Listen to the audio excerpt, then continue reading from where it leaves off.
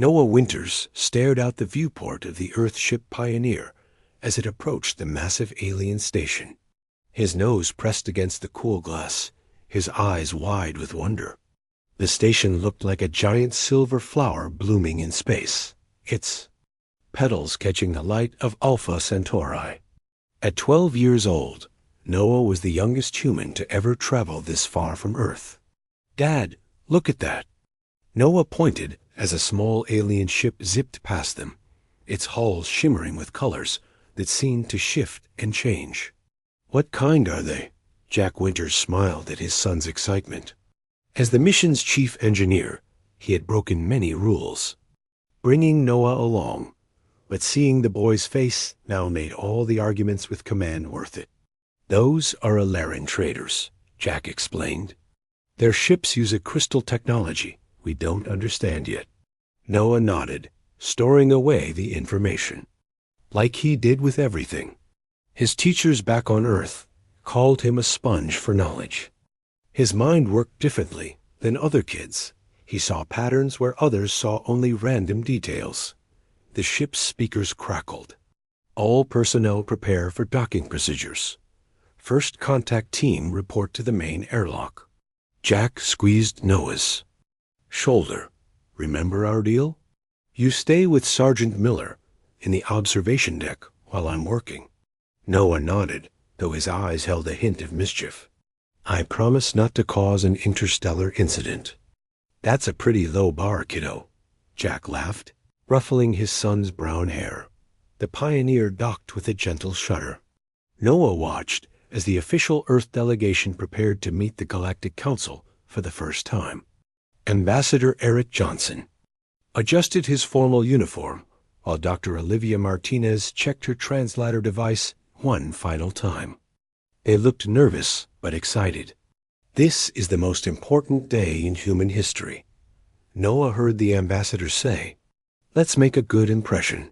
For the first few hours, Noah kept his promise. He stayed in the observation deck with Sergeant Miller, watching through the large windows as humans and aliens exchanged formal greetings. The council representatives were amazing to see, some tall and slender with blue skin, others short with multiple arms, and one that seemed to float inside a bubble of liquid. But Noah grew restless. When Sergeant Miller stepped away to take a call, Noah saw his chance. He slipped out the door and into the station corridor. The alien station was enormous. Hallways stretched in all directions, filled with beings from across the galaxy. No one paid much attention to the small human boy wandering alone. Noah tried to memorize his path so he could find his way back, but soon he was completely lost in the maze-like structure. He passed shops selling strange foods and objects he couldn't identify. He saw gardens with plants that moved on their own, and fountains where water flowed upward instead of down. Everything was new and fascinating. After walking for nearly an hour, Noah found himself in a large circular room where important-looking aliens sat in tiered seats, like a big meeting hall. He recognized Ambassador Johnson and Dr. Martinez at a table in the center, speaking with 3 tall aliens. Noah quietly slipped into an empty seat near the back to watch. "Humans have much to offer the Galactic Council," the ambassador was saying. "Our art, music, and scientific thinking are unique. We seek friendship and knowledge."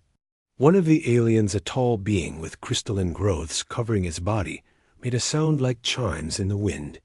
Noah's translator device picked up the words. "Your species is very young," the alien said. The translator identified him as Delegate Zoran of the Zinthari. "Most civilizations spend thousands of years developing before reaching the stars. You have rushed here in mere centuries." Another alien with purple skin and 4 arms leaned forward. "We mean no offense, Ambassador, but Earth is like a child among elders in this council. You have much to learn before you can be considered equals." Noah frowned. They were talking down to humans, just because Earth was newer to space travel. "It didn't seem fair." Dr. Martinez responded calmly. We understand we have much to learn, Delegate Kren, but youth also brings fresh perspectives and ideas. We hope you will see that as valuable. The crystalline alien, Zorin, noticed Noah sitting. In the back, he pointed with a glittering limb. You even bring your younglings to diplomatic meetings. Is this your idea of protocol?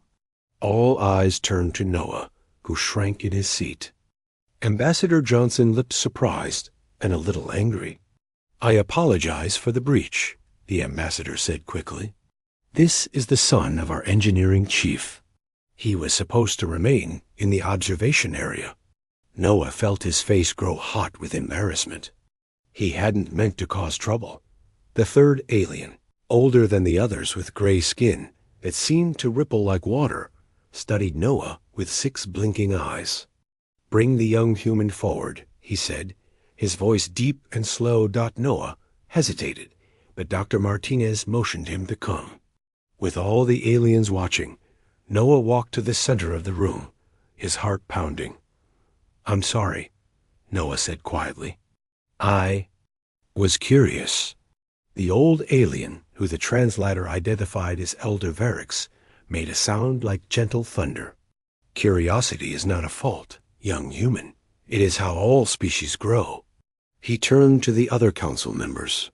Perhaps we judge too quickly. I remember when the Zinthri first came to us. They too were considered too young and rash. Zorin's crystal body made a tinkling sound that might have been embarrassment. That was different, Elder. Was it? Elder Varix asked. He turned back to Noah. What is your name, child of Earth? Noah Winters, sir. And what do you think of? Our station, Noah Winters? Noah looked around at the grand room and the alien faces watching him. It's amazing. I've never seen anything like it. The way everything fits together, it's like a huge puzzle. The word puzzle caused several aliens to exchange looks. Elder Varix nodded slowly. You have an eye for patterns, young one? Noah shrugged. I guess so. My teachers say I see connections others miss. Ambassador Johnson stepped forward, placing a protective hand on Noah's shoulder. I apologize again for the interruption. Noah will return to the ship immediately. But Elder Varix raised a hand. Let him stay. I find his presence ... interesting. Noah looked up at the ambassador, who seemed confused, but nodded slightly. The meeting continued. Noah sat quietly beside Dr. Martinez, listening to discussions about trade, territory, and technology sharing. The aliens kept talking about Earth as the infant species, which clearly annoyed the human delegates. Delegate Zorin seemed particularly dismissive. These humans bring their young to diplomatic summits. Perhaps we should offer them toys instead of trade agreements. Several aliens made sounds that Noah realized were laughs. He felt angry, but kept quiet. What none of them knew was that Noah's mind was already working, noticing things about the station, about the aliens themselves' patterns.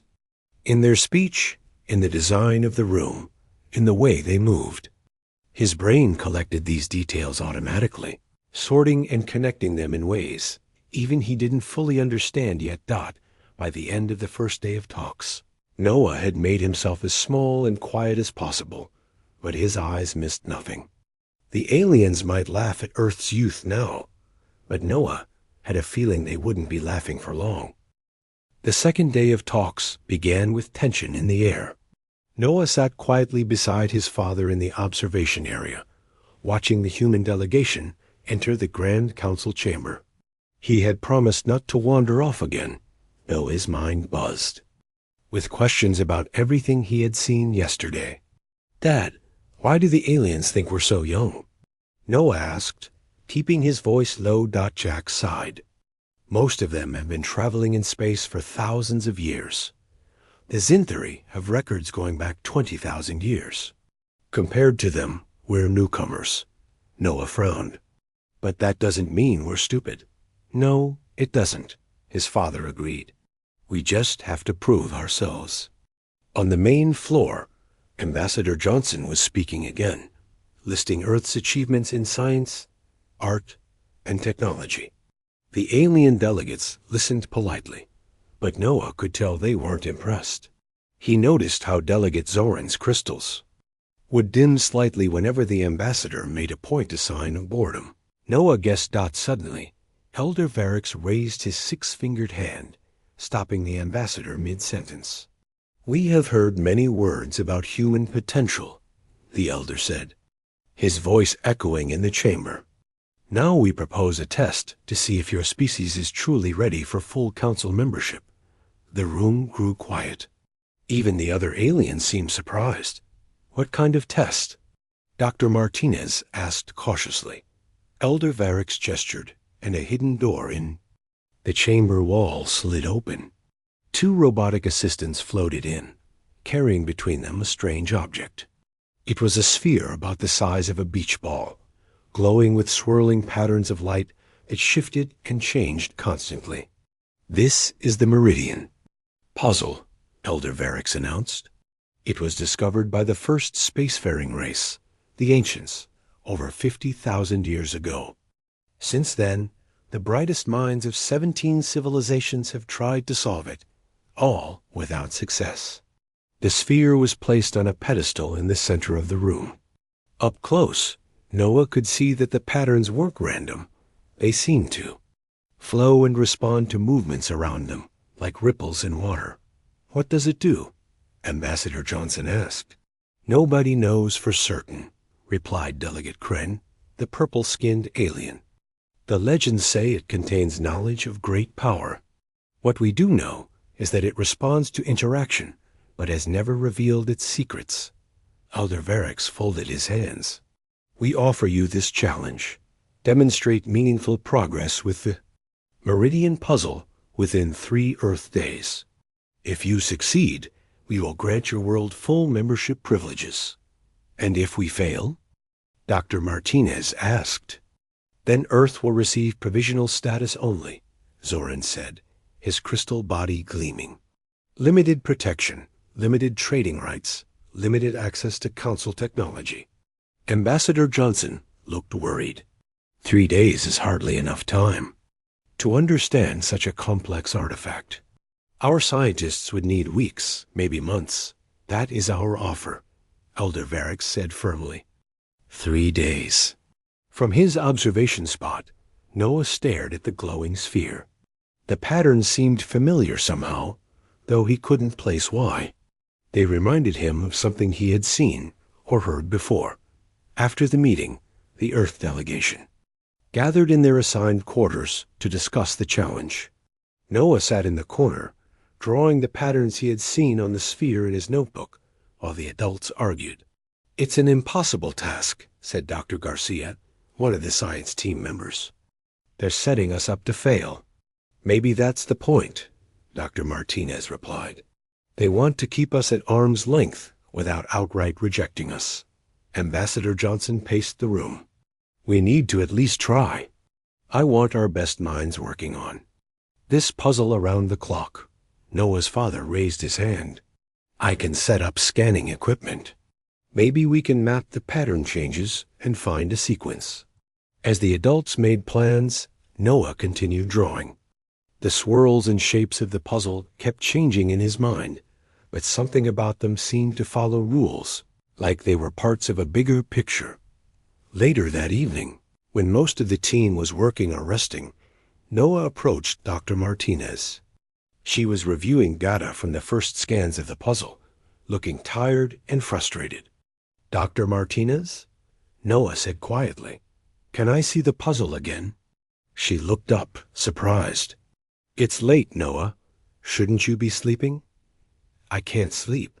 I keep thinking about the patterns." Dr. Martinez studied him for a moment, then nodded. "Come with me, but we'll just look, okay? Your dad would be upset if I let you wander around again."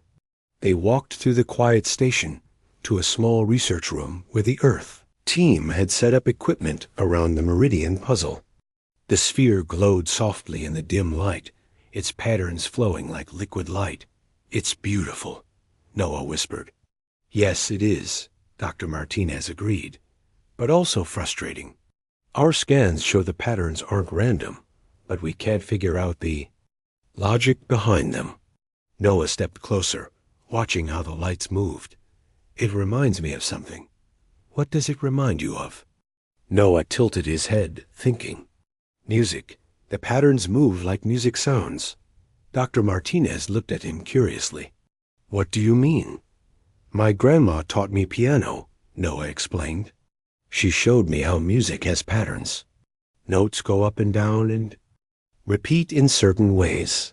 The lights do that too. They rise and fall and repeat. Dr. Martinez looked back at the sphere with new interest. That's an interesting comparison. Can I stay and watch it for a while? Noah asked. She checked her watch. 20 minutes. Then back to your quarters before your dad finds out. Noah nodded and sat cross-legged on the floor, staring at the puzzle. As Dr. Martinez continued her work, Noah watched the patterns, letting his mind follow their flow. He began to hum quietly to himself, matching the movement of the lights with sounds. Hours later, Jack Winters found his son still sitting in front of the puzzle. Dr. Martinez had fallen asleep at her workstation, and Noah hadn't moved. Noah, Jack whispered sharply. What are you doing here? I've been looking everywhere for you. Noah blinked, as if coming out of a trance. Dad, I'm sorry. I was watching the puzzle. Jack looked at his son with concern. For how long? I don't. No. The patterns keep changing, but they follow rules. Like music does. Jack helped Noah to his feet. Come on, you need sleep. You can tell me about it tomorrow. As they left, Noah looked back at the glowing sphere. Dad, I think it's trying to say something. I think it's waiting for someone to answer it. Jack was too tired to argue. Tomorrow, Noah. We'll talk about it tomorrow. But Noah couldn't stop thinking about the puzzle as he drifted off to sleep. In his dreams, the patterns danced and swirled, forming shapes and sequences that almost made sense. And somewhere deep in his mind, a connection was forming, one that might change everything. The morning of the second day brought little progress. Noah watched from the sidelines as Earth scientists worked frantically around the Meridian puzzle. They had connected computers to scan the patterns, set up cameras to record the changes, and even tried using different kinds of light to see if the puzzle would react. Nothing worked. The patterns continued to shift and flow, beautiful but mysterious. We're running out of time, Dr. Garcia said, rubbing his tired eyes. 24 hours gone already, and we have nothing to show the council. Noah sat quietly in the corner, drawing in his notebook. He had been sketching the patterns from memory, trying to capture their movement on paper. His father was too busy helping the science team to notice what Noah was doing. Lieutenant Samantha Wright walked over to check on him. She had been assigned to watch Noah after yesterday's wandering incident. What are you drawing there? She asked, looking over his shoulder. Noah showed her his notebook. It's the puzzle patterns, but I'm trying to write them as music. Lieutenant. Wright looked confused. Music? See these lines? Noah pointed to his drawing. They go up and down like notes on a music sheet, and they repeat in groups like music does. He hummed a short tune, tracing his finger along one of the patterns. This part keeps coming back, like a chorus in a song. Lieutenant Wright wasn't sure what to make of this, but she nodded encouragingly. That's an interesting way to look at it. Noah looked up at her. Can you take me to Dr. Martinez? I want to tell her about this. Lieutenant Wright glanced at the busy scientists. There? Pretty stressed right now, Noah. Maybe later? But what if it helps? Noah insisted. What if the puzzle is about music? Seeing his earnest expression, Lieutenant Wright sighed. Okay, but just for a minute. She led Noah over to where Dr. Martinez was working. The scientist looked exhausted. Her hair pulled back messily as she studied data on a screen. Dr. Martinez, Noah said, I think I know something about the puzzle. She turned, surprised to see him. Noah? What is it? Noah opened his notebook and showed her his drawings. The patterns are like music. They have rhythm and they repeat in specific ways. Like this part here, it's the same as this part over here, just higher. Dr. Martinez studied his drawings. You're saying the patterns follow musical rules? Yes, Noah said excitedly. And I think maybe it's waiting for someone to answer it. Like when someone plays a musical phrase and waits for another person to play the next part. Dr. Martinez looked thoughtful. That's a very different approach than what we've been trying. She turned to one of her colleagues. Dr. Kim, have we tried analyzing the patterns as sound waves? Dr. Kim shook his head. No, we've been focused on mathematical sequences and language patterns. Let's try it, Dr. Martinez decided. She looked back at Noah. Thank you, Noah. This might be nothing, but it's a fresh perspective. And right now, we need all the ideas we can get.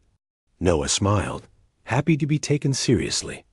For the next few hours, the scientists worked on Noah's idea. They converted the visual patterns into sound waves and played them through speakers. The result was strange, a haunting melody that rose and fell in complex ways. Noah listened carefully. It sounds like it's asking a question, he said, like it's waiting for an answer. But what's the right answer? Ambassador Johnson asked. He had joined them when he heard about the new approach. Noah shook his head. I don't know yet, but I think I could figure it out if I had more time with the puzzle. The ambassador looked doubtful, but nodded. At this point, we have nothing to lose. They arranged for Noah to sit with the puzzle, watching and listening to the patterns converted to sound. Lieutenant Wright stayed with him while the scientists continued their work nearby. Hour after hour, Noah sat listening to the strange melody of the puzzle. Sometimes he would hum along, trying different notes to see what felt right. Other times he would close his eyes and just listen. He's been at it for 8 hours straight, Lieutenant Wright told Noah's father when he came to check on them. Should we make him take a break? Jack Winters watched his son, who was completely focused on the puzzle. When he gets like this, it's best not to interrupt him. His mind works differently. He can see patterns others miss. As evening came, word spread through the station about the human boy who was studying the legendary puzzle. Some of the alien delegates came to watch, curious about this unusual approach. What is the child doing? Asked Delegate Kren. He's listening to the puzzle, Dr. Martinez explained. He believes it may be communicating through patterns similar to Earth music. Delegate Zoran made a dismissive sound. Our greatest mathematical minds have studied this artifact for centuries. Does Earth really believe a human child will succeed where they failed? We're exploring all possibilities, Ambassador Johnson replied diplomatically. As the aliens watched, Noah suddenly sat up straighter. He had been humming along with one of the puzzle's patterns when something happened. The lights in that section pulsed brighter for a moment. Did you see that? Noah said excitedly. It responded. The scientists rushed over. What did you do? Dr. Garcia asked. I hummed this part. Noah demonstrated the melody, and then added this note at the end. He hummed a final tone that completed the phrase. Dr. Martinez quickly recorded the sequence. Try it again. Noah repeated the melody, and again the puzzles. Lights pulsed in response. It's interactive, Dr. Martinez said, amazed. It responds to musical input that completes its patterns. Even the alien delegates looked surprised. Elder Varric stepped closer, his 6 eyes blinking rapidly. In 50,000 years, he said slowly, no one has ever made the puzzle respond in this way. Noah looked up at the old alien. That's because you were trying to solve it with math or language, but it's not a math problem or a message. It's a song that wants to be finished. Ambassador Johnson could hardly contain his excitement. Elder Varix, would you say this qualifies as meaningful progress? The elder studied Noah for a long moment. Indeed, most unexpected progress.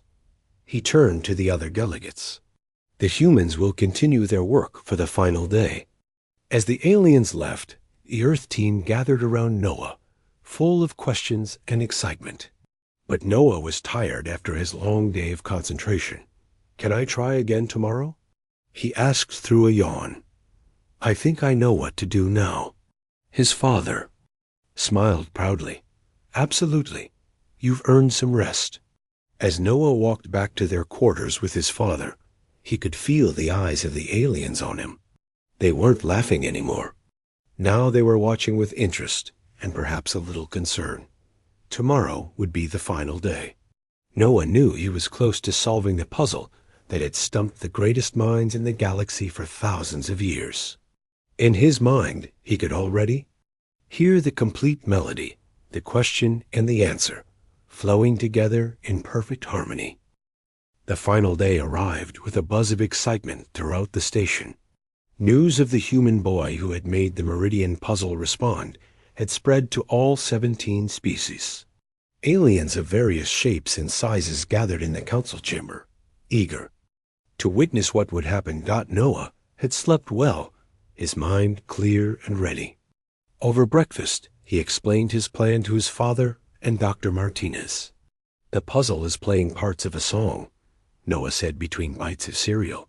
"When I complete the phrases correctly, it responds. I think if I complete the whole song, something big will happen. But how will you know the right notes?" His father asked. Noah shrugged. "I can hear them in my head.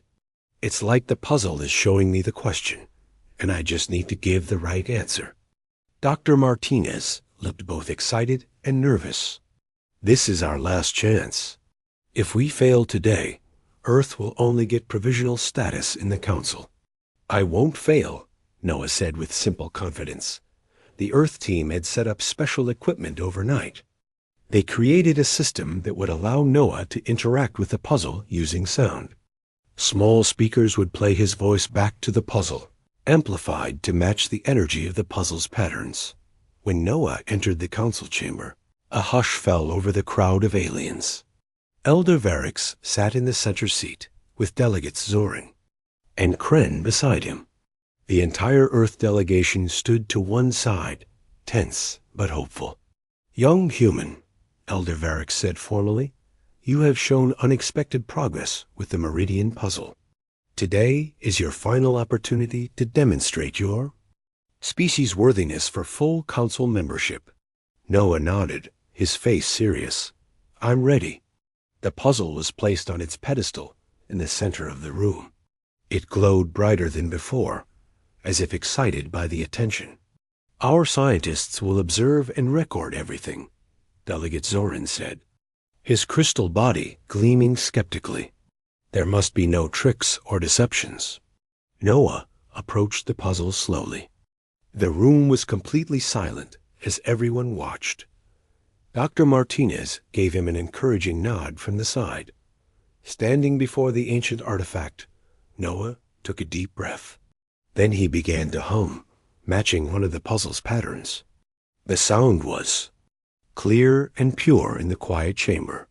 As he hummed, the corresponding lights on the puzzle pulsed in rhythm with his voice. When he reached the end of the pattern, Noah added a new note, a response that completed the musical phrase. The section of the puzzle flashed brightly and then settled into a steady glow. It accepted his answer. Dr. Garcia whispered. Noah moved to the next pattern, humming along with its melody and then adding his response. Again the puzzle flashed, and that section stabilized. One by one, Noah worked through the patterns, completing each musical phrase. Some were simple, others complex. Sometimes he had to try different notes before finding the right one. But each time he succeeded, another section of the puzzle locked into place. The aliens watched in growing amazement.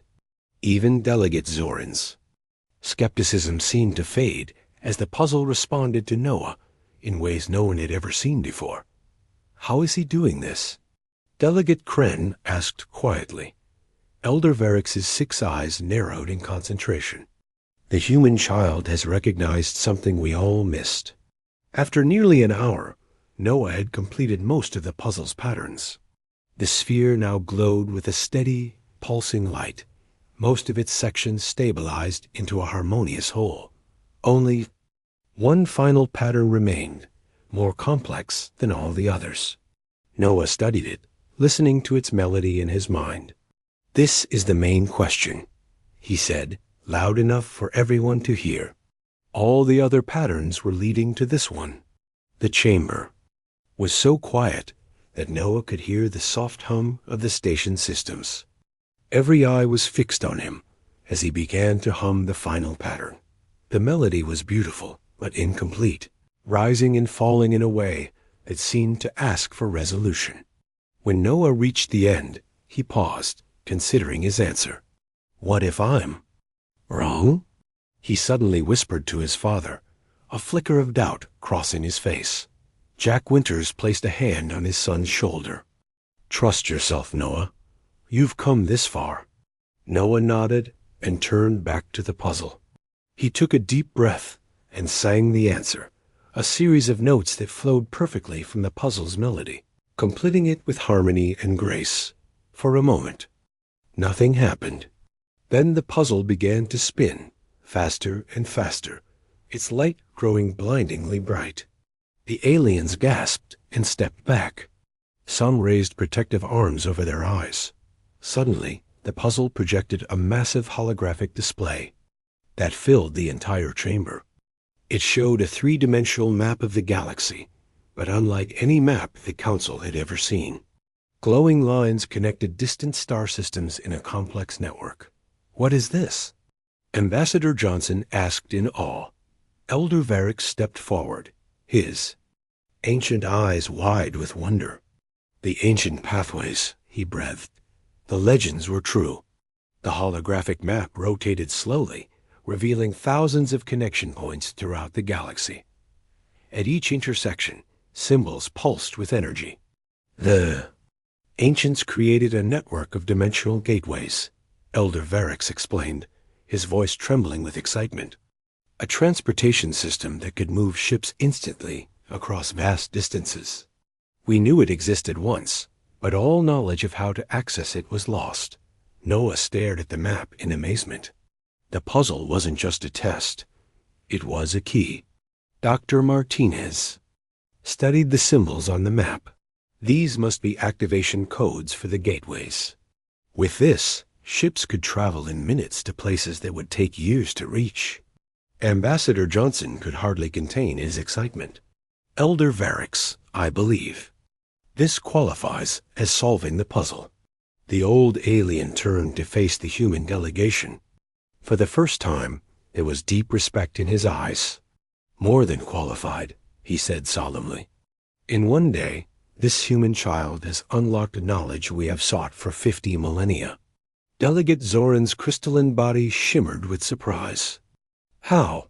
How did a species so young succeed where we all failed? Noah looked up at the towering alien. "Music is special to humans. My grandma told me it's the math of feelings." The puzzle wasn't trying to test your math skills or your technology. It wanted to know if you could understand its song and answer with the right feeling. Elder Varrix made a sound like gentle thunder, his version of laughter. "It seems the ancients valued creativity as much as intelligence. A lesson we had forgotten." He turned to the council members. "I call for an immediate vote on Earth's membership status." One by one, the alien delegates signaled their approval. Even Delegate Zoran, who had been most dismissive of humans, raised his crystalline limb in agreement. "It is unanimous, Elder," Varrix announced. "Earth is granted full membership in the Galactic Council, with all rights and privileges." The human delegation erupted in cheers. Noah's father hugged him tightly, tears in his eyes. "You did it, kiddo," Jack whispered. "You changed everything." Noah smiled, but his eyes were drawn back to the glowing map floating above them. The ancient pathways stretched across the stars like a cosmic symphony, waiting to be explored. And somehow, Noah knew this was just the beginning. 6 months had passed since Noah solved the Meridian puzzle. Earth had changed in ways no one could have imagined. The ancient pathways, once activated, had opened the galaxy to human exploration. Ships that once took years to reach nearby stars could now travel to distant systems in days, or even hours. Noah sat by a large window on the rebuilt council station, watching ships come and go through the dimensional gateway that glowed like a blue sun in space. The station had been expanded to serve as the headquarters for the new interspecies youth program. Thinking deep thoughts again? Asked his father. Joining him at the window, Noah smiled, just watching the ships. It's still hard to believe all. This happened because of a song. Since solving the puzzle, Noah had become something of a celebrity across the 17 worlds of the council. They called him the puzzle solver and told stories about the human boy who heard music in the ancient artifact. But Noah didn't care much about fame. He was more interested in learning everything he could about the galaxy and its many peoples. Your new students arrived today, right? Jack asked. Noah nodded. 20 kids from different worlds. We're going to study music together. After the breakthrough with the Meridian puzzle, Elder Varix had proposed creating a special program to bring together young minds from all council species. The idea was simple but powerful. Children often saw solutions that adults missed because they thought differently. Are you nervous about teaching? His father asked. A little, Noah admitted. But Dr. Martinez helped me plan everything. Dr. Olivia Martinez had been appointed as the program director. She believed Noah's discovery wasn't just luck, it showed that humans had unique cognitive abilities that complemented alien intelligence. Music was just the beginning.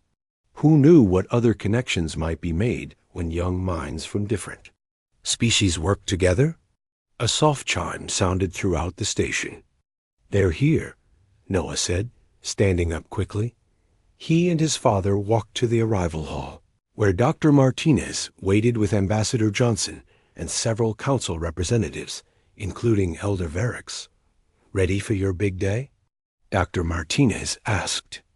Noah with a smile. Before he could answer, the doors opened and the young aliens entered. Noah had seen pictures, but meeting them in person was different.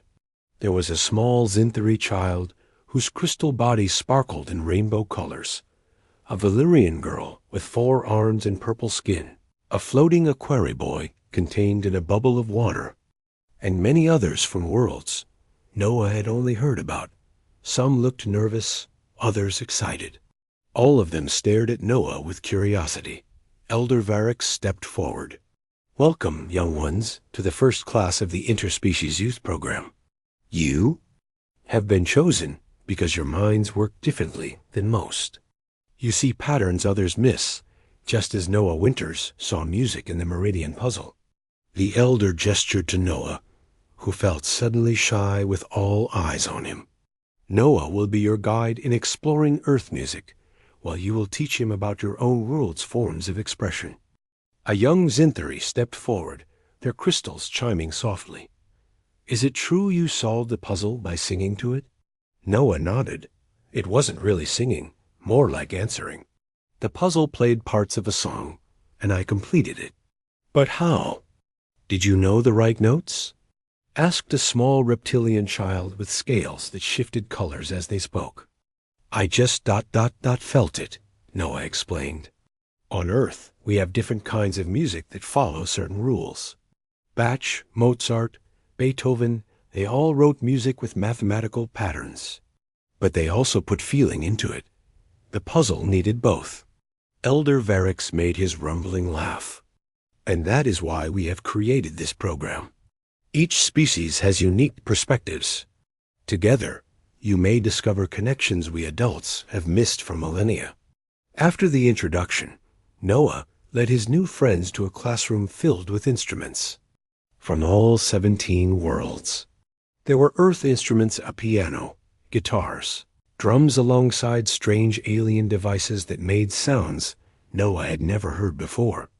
Today we'll start by learning how each of our worlds makes music, Noah explained, feeling more confident now. And we'll try to find patterns that connect them. As the children explored the instruments, Noah noticed a small box in the corner of the room. It wasn't like the other instruments. It seemed older, its surface carved with familiar-looking patterns. Elder Varix, what's that? Noah asked, pointing to the box. The old alien's eyes crinkled with amusement. Very observant, Noah. That is another artifact left by the ancients. We call it the Harmony Box. Like the Meridian puzzle, no one has been able to activate it. The children gathered around, examining the strange box with interest. Is this going to be our first project? Asked the Valyrian girl, her four hands touching the box gently. If you wish, Elder Varix replied. There are dozens of ancient artifacts that remain mysteries to us. Perhaps together, you will discover their secrets. Noah studied the patterns on the box. They were different from the puzzle, but had a similar feel to them. He could almost hear faint melodies in his mind as he traced the carvings. I think we can solve this one too, he said confidently. But not just with Earth music. We'll need everyone's ideas. The young aliens looked at each other, then back at Noah. There was excitement in their eyes now, and a growing sense of friendship. Over the next few weeks, the children worked together on the Harmony Box. They combined sounds from their different worlds, creating new forms of music that had never existed before. Noah taught them about Earth harmonies, while they showed him how music worked on their planets. The Zinthari child, whose name was Lyrics, could create melodies by vibrating their crystal body. The Aquari boy named Bublix made haunting sounds by manipulating water. Each child brought something unique to their project. One day, as they played a piece they had composed together, the Harmony Box began to glow. Small lights appeared along its edges, pulsing in rhythm with their music. It's working, Noah exclaimed. Keep playing. As their strange, beautiful music filled the room, the box slowly opened, revealing a swirling light inside. From this light emerged a holographic image, not a map this time, but plans for a device none of them recognized. That Dr. Martinez and Elder Varix were called immediately. They studied the hologram with amazement. It appears to be plans for a terraforming device, Dr. Martinez said after examining the details. Technology far beyond anything the Council currently possesses. Elder Varix's 6 eyes blinked rapidly in excitement. The ancients left us many gifts, it seems, each waiting for the right minds to unlock them. As word spread of the children's success, more artifacts were brought to the program. Some responded to music, others to colors or patterns or even emotions. With each discovery, the knowledge of the 17 worlds grew, and the bonds between the young students strengthened. 6 months after solving the Meridian puzzle, Noah stood before the full Galactic Council with his alien friends beside him. They had been called to present their findings on 5 ancient artifacts they had successfully activated. Delegate Zorine, once so dismissive of humans, now addressed Noah with respect. Young Noah, you have shown us that what we saw as Earth's weakness, your youth as a species, is actually your greatest strength. Your fresh perspective has changed our understanding of the galaxy. Noah looked at his friends' children from worlds light years apart, who now worked together like a family. We're just getting started, Noah replied with a smile. The galaxy is full of puzzles waiting to be solved. And together, I think we can solve them all. As the council applauded, Noah thought about how much had changed because he heard music. In a puzzle that others saw only as a problem, sometimes the greatest discoveries came not from having all the answers, but from being willing to listen for new questions. The stars themselves seemed brighter now, full of promise and adventure. and Noah couldn't wait to see what they would discover next.